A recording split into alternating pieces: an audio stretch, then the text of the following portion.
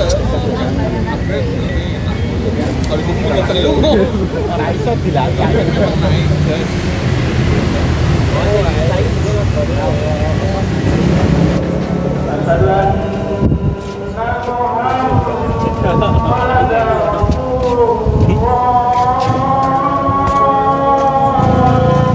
Bang Yu, welcome back to my YouTube channel. Kembali lagi dengan gua Eng Yongho. Ini kita lanjut lagi ya. Setelah ada acara di Balai Kota ya, itu acara Mas Jos Award. Lalu ada juga ini ya di Hotel Cordella. Nah saat ini kita mau ke Malioboro. Ini kita baru jalan kaki ke Malioboro ya. Masih bersama dengan teman-teman dari Mataram Content Creator Community. Ini di belakang itu ada beberapa teman, di depan sudah ada beberapa teman. Ini kok kayaknya pakai tripod ini kok agak ini ya, rekamannya jadi goyang-goyang. Oke, ini gua pakai tangan kanan dulu aja, pakai tangan kiri sedikit bergetar mungkin karena capek ya. Tangan kiri belum terbiasa karena ini barusan apa ya, belum lama ganti tripod baru yang memang lebih berat ya, lebih besar dan lebih berat. Ini jadi gua pakai tangan kanan dulu sementara.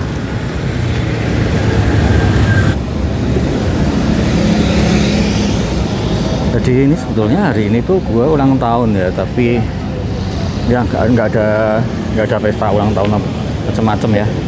Dan bahkan ini nanti rencana gue mau ke makam mama papa, karena memang papa dan mama gue udah meninggal semua ya. Jadi ya itulah, kadang-kadang sedih ya kalau pas ingat belum bisa ini, ngerasa belum bisa membahagiain mama, papa. Waduh. Boleh kok? Gua bur. Mas Haji kontennya ini masuk. Aku masih suasana ayo Amerika.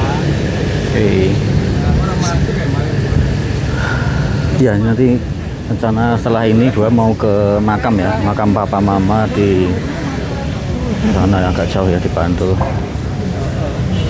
Lalu ke makam Gua Kong dan Gua Mak ya, Gua Kong dan Gua Mak. Gua Kong itu kakek ya, kakek tapi dari mamah gitu ya. Gua Mak itu nenek dari mamah, itu panggilannya. Sebetulnya Gua Mak ya, Gua Mak. Kita kenalan dulu. Namanya siapa, Mbak? Nama saya Diah Anggraini, biasanya dipanggil Anggi. Mbak Anggi ini Iya. Kepala UPT Malioboro. Mbak, ini yang terbaru Mbak, isu Malioboro tentang pengemis Mbak.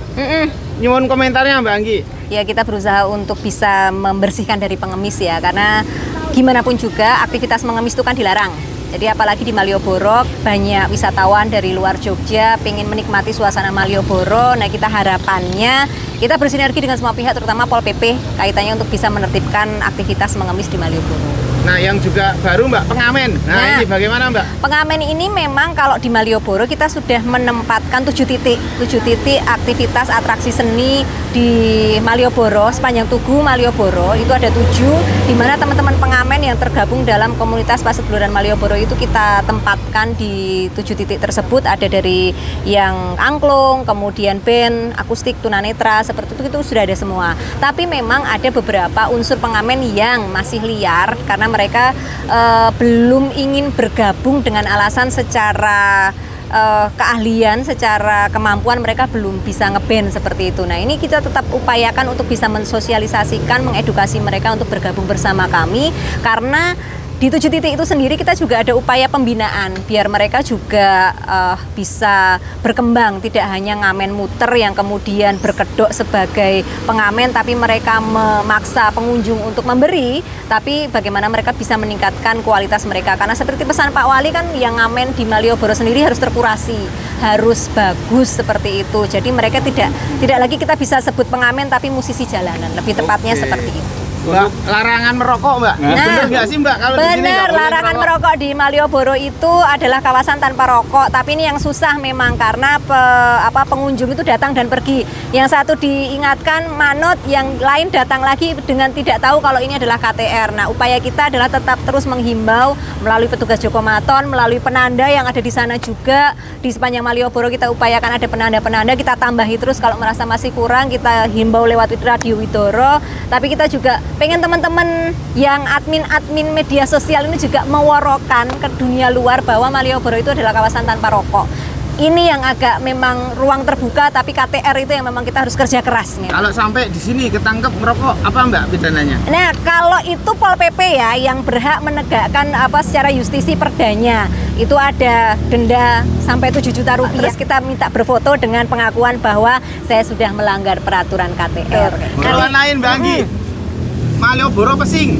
Nah, ini kuda sama kusir kudanya gitu. Tapi memang begini, Malioboro itu kan ruang terbuka 24 jam beraktivitas, fasilitas toilet memang kemudian terbatas, tapi selain itu kita udah mengupayakan kerjasama dengan toko-toko juga untuk menyediakan toilet. Tapi memang pada saat ada orang-orang yang 24 jam berada di Malioboro sampai dini hari, ini yang kemudian menjadi permasalahan pada saat kemudian mereka berhajat sembarangan. Tapi sampai saat ini kita belum bisa menemukan bukti bahwa itu benar-benar manusia ya, bisa juga kuda. Nah, kalau kuda ini yang paling repot kan, karena mereka tidak bisa kemudian diminta pertanggungjawabannya untuk membersihkan. Nah, berarti harus kusirnya yang kemudian menghafal tentang kuda ini, kebiasaan perilaku kuda sendiri.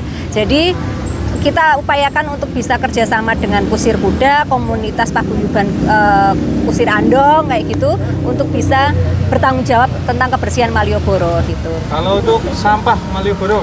Sampah Malioboro kita upayakan Malioboro bersih sepanjang hari, tapi memang lagi-lagi permasalahannya kesadaran kita pengunjung Malioboro itu masih terbukti pada saat kita membersihkan sampah di Malioboro. Petugas kami di pagi hari itu bersih semuanya. Muncul pengunjung kami mulai menemukan lagi banyak yang meninggalkan wadah minuman itu di kursi-kursi di pedestrian, bekas-bekas minuman, bekas-bekas makanan. Ini yang terus kami upayakan untuk bisa menegur pengunjung. Jogomaton itu juga menegur pengunjung untuk tetap membuang sampah pada tempatnya atau juga mengelola sampahnya sendiri. Jadi memang lagi-lagi kami nggak bisa kerja sendiri kalau petugas kebersihan membersihkan terus tapi sampahnya datang terus karena perilaku pengunjung. Itu yang menjadi problem. Akhirnya mungkin kami harus memulai dari awal, dari akar permasalahannya harus ada edukasi kepada pengunjung Malioboro. Mbak, katanya Malioboro sekarang itu lebih sepi dari tahun kemarin. Gimana Mbak? Kata siapa ya? Saya. Ya, kalau sepinya atau tidak relatif ya, secara hitungan kita masih di long weekend dan kemudian full pedestrian itu juga masih cukup banyak gitu ya. Jadi ya masih sekitar 5.000 sampai di hari biasa itu 3.000 sampai 2.000 3.000 pengunjung. Jadi saya rasa tetap optimis kalau teman-teman berkunjung ke Malioboro itu Malioboro masih menjadi magnet dari kota Yogyakarta sendiri. Mbak Anggi ini kan kepala UPT Malioboro ya. Nah, kendala apa yang paling banyak dialami atau yang paling susah disolusikan oleh Mbak Anggi? Tentang ini Malioboro tuh tempat banyak sekali kepentingan jadi satu ya. Jadi semua orang pengen difasilitasi, semua orang pengen diakomodir kepentingannya ya. Ini yang kami harus bijak sesuai arahan dari pimpinan, dari wali kota, dari kepala dinas untuk kemudian bagaimana mengakomodir kepentingan banyak pihak, karena semua orang merasa memiliki Malioboro, semua orang merasa punya hak di Malioboro, semua orang pengen di Malioboro. Nah, ini kadang-kadang mereka bergesekan kepentingannya. Ini yang kemudian harus kita cari jalan tengah yang sebijak-bijaknya kayak gitu. Pak, untuk perparkiran, ini sering masih ada yang di media-media itu katanya ditutup harga parkirnya, ini bagaimana? Ya, kalau parkirnya parkir resmi pasti tidak ditutup ya. Kalau parkirnya parkir liar, memang itu parkir liar ini menjadi salah satu permasalahan yang juga akhirnya kita upayakan untuk ada solusi bersama mungkin dari pihak dinas perhubungan juga, karena masalah parkir itu menjadi tusinya dari dinas perhubungan. Kita kerjasama untuk ada aduan, ada kayak gitu kita sampaikan ke. Kalau untuk itu Pak, parkir resmi dengan parkir apa sih bedanya apa Pak? Bu, maaf. Kalau parkirnya sama parkir resmi jelas beda ya. Gimana aja Mbak? Kalau Ya, parkir di resmi, mobil. iya kalau parkir resmi itu kalau ada di TKP jelas ya, di sekitaran Malioboro itu ada TKP 2 Malioboro di sana yang dikelola oleh UPT PKCB, kemudian Senopati, kemudian di Bengkalan ada, kemudian Menara Kopi, kemudian Sriwedani itu adalah untuk lokasi parkir yang resmi. Kemudian di Suryatmajan dan perwakilan itu juga ada titik parkir resmi dari dinas perhubungan.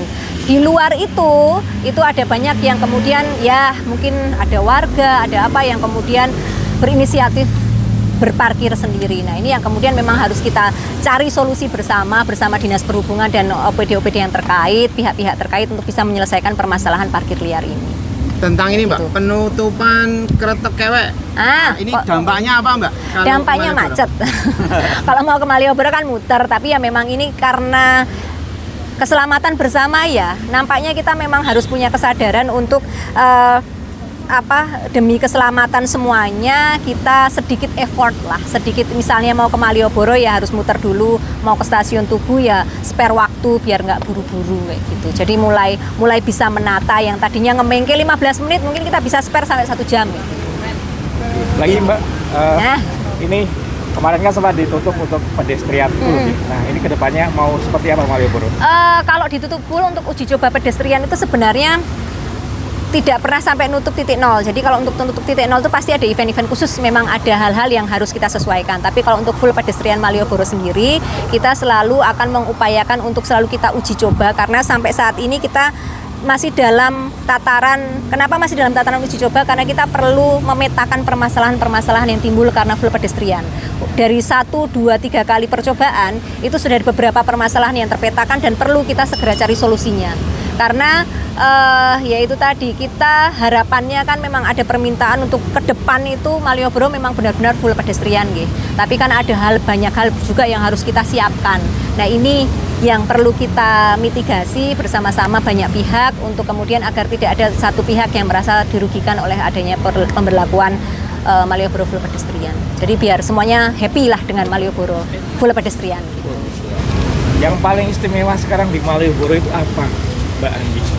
Apa ya Malioboro sekarang semakin Kepala UPT-nya. Waduh, semakin bersih. Sekarang juga ada 7 titik, ada 5 titik kalau di Malioboro ya, tempat apresiasi, kita bisa mengapresiasi seni. Harapan kami orang yang di Malioboro itu kan dulu tempat tumbuhnya komunitas-komunitas seni, sastra dan lain sebagainya, cendekiawan, kemudian pada muncul di Malioboro, budayawan itu muncul di Malioboro. Nah harapannya dengan diaktifkan titik-titik seni ini menjadi awal mula Malioboro kembali lagi menjadi laboratorium kebudayaan yang ada, yang hidup terus berkembang. Jadi tempat di sini kita mengapresiasi kesenian, kemudian ada aktivitas-aktivitas yang saling berkait kelindan di sini. Jadi istimewanya adalah mungkin kita sekarang bisa menikmati Malioboro yang lebih bersih, lebih berbudaya, kemudian juga lebih friendly seperti itu. Mbak Anggi kan ini kepala UPT Malioboro yang baru, perempuan, masih muda dan cantik lagi. Waduh. Ya. Nah ini memang ada misi khusus Mbak dari wali kota? Karena kenapa kok yang ditunjuk sebagai kepala UPT Malioboro kok muda, cantik? Nah ini ada misi khusus nggak Pak? Nanyanya ke Pak Wali dong, jangan ke saya. Kalau ke saya ya mungkin aja. Kalau Kenapa Pak Wali ya? Kenapa ya? Katanya Pak Wali, tapi tapi udah prinsipnya mungkin kalau dulu kan Malioboro masih dalam rangka menata, sekarang mempercantik. Nah, mungkin biar ada sense of sentuhan feminis gitu ya. Perlu perempuan, mungkin sentuhan-sentuhan perempuan itu lebih ada feel-nya kayak gitu. Optimisnya seperti itu. Rencana event ke depan yang terdekat apa Mbak? Kalau event kami kalau event memang ya harapannya yang sesuai. Kalau event saya mungkin nek tanya event bukan di kami sebenarnya ya. Tapi mungkin kalau event yang melibatkan Malioboro yang rutin itu kan biasanya ya tentunya kalau tahun baru mungkin teman-teman pada ngumpul di titik nol dan juga di Malioboro itu pasti tanpa ada event pun mereka ngumpul. Tapi kemudian kalau event tahunan kita mungkin ada perhelatan biasanya Jogja Cross Culture, tapi itu juga kita belum tahu juga ya ada nggak di 2026 itu juga kita masih mungkin menunggu teman-teman penggiat event ya untuk event terdekat. Tapi kalau di kami UPT PKCB sendiri Dinas Kebudayaan yang kegiatannya ada di Malioboro tentu akan kami sampaikan. Tapi untuk event yang dalam rancang besar gitu memang kita belum. Nanti kita sampaikan kalau ada. Tapi sampai saat ini masih mempersiapkan, ditunggu aja lah. Pesan-pesan Mbak Anggi untuk para pengunjung yang mau ke Malioboro atau sudah di Malioboro. Jangan merokok, 1, jangan beli di Asongan, 2, jangan beli sate di tukang sate, kemudian jangan buang sampah sembarangan, jangan memberikan apresiasi kepada pengamen liar, beli apresiasi kepada pengamen yang udah ada di titik. Terus kemudian apa lagi ya? Kenapa Mbak nggak boleh beli Kenapa tidak disarankan membeli asongan sama sate? Asongan itu dilarang. Kalau mau beli asongan jangan di Malioboro, masuk ke Sirip. Sampahnya juga dibawa. Terus kalau sate itu Malioboro itu sampahnya membawa cukup banyak beban ke sampah di pemerintah kota ya. Jadi kalau sampahnya itu kalau bisa yang sampah non organik. Jadi kalau bekas sate, bekas lontong kayak gitu kan itu sampah sisa makanan. Kalau seharusnya dengan jajan di toko, di resto itu kan mereka sudah mengolah sendiri. Nah harapannya kalau misalnya beli sate boleh, tapi jangan di Malioboro. Sampahnya dikelola sendiri kayak gitu. Boleh, jadi beli sate itu boleh, tapi jangan di Malioboro, tapi di sirip-siripnya. Nggak apa-apa, tapi kalau asongan, sate itu semua disirip saja belinya. Makan minum jangan di pedestrian kayak gitu. Seperti itu. Sebelum nanti pamitan ya Pak ya. Sudah ada tambahan berapa titik toilet umum di sepanjang Malioboro? Kalau tambahan belum ya. Jadi di tahun ini kita baru merencanakan. Ditunggu saja di di tahun depan ada berapa yang bisa kita eksekusi. Tapi untuk di tahun ini kita masih kerjasama dengan toko-toko yang menyediakan tempat toilet mereka untuk bisa diakses secara umum. Kayak gitu. Jadi sekitar ada berapa ya? Ada sekitar 10 toilet yang di Jalan Malioboro yang bisa diakses. Besok kalau sudah dibikin gratis toh Mbak itu toilet? Insya Allah gratis gitu. Tapi kita lihat ya, kita lihat bagaimana ke depannya rencananya seperti apa. Keren. Ada lagi teman-teman? Saya cukup sudah. Oke. Saya cuma cari event. Event dengan keluarga Mas. Event tuh belum tentu soalnya ya. Di tahun depan tuh banyak perubahan soalnya Mas. Saya makasih sebagai bapak rumah tangga yang punya anak bayi-bayi, makasih karena sudah lebih banyak bebas asap rokok. Oh iya. Sama-sama. Mbak Anggi, terima kasih sudah meluangkan. Mbak Anggi, terima kasih sudah meluangkan waktu. Sama-sama. Sukses selalu dan tetap sabar mengelola Malioboro ya. Ya, minta supportnya lo ya. Oke. Makasih ya. Ye, matur Itu nuwun. pemirsa, Mbak Anggi, Kepala UPT Malioboro yang baru. Terima kasih. Keren.